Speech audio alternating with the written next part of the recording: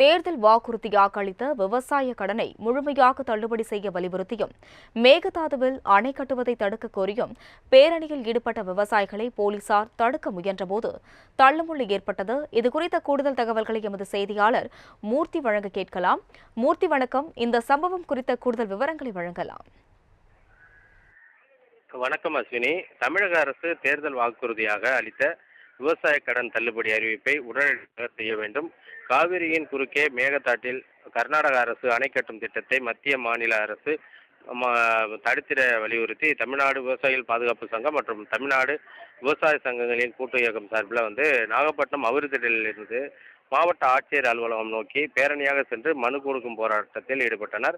விவசாயிகளின் பேரணி மற்றும் போராட்டத்திற்கு போலீசார் அனுமதி மறுத்த நிலையில அனுமதியை மீறி விவசாயிகள் நாகப்பட்டினம் அவிர்திடலிலிருந்து மாவட்ட ஆட்சியர் அலுவலகம் நோக்கி பேரணியாக சென்றனர்.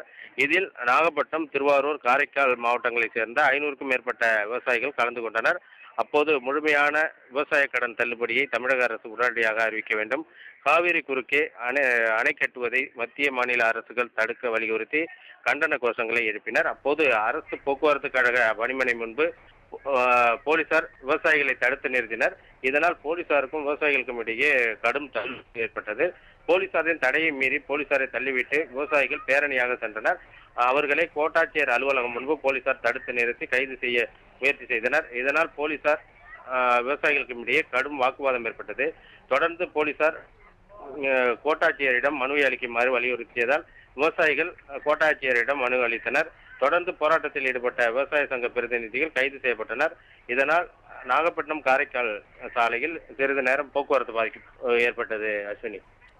மூர்த்தி, இணைப்பில் வந்து விவரங்களை வழங்கியதற்கு நன்றி.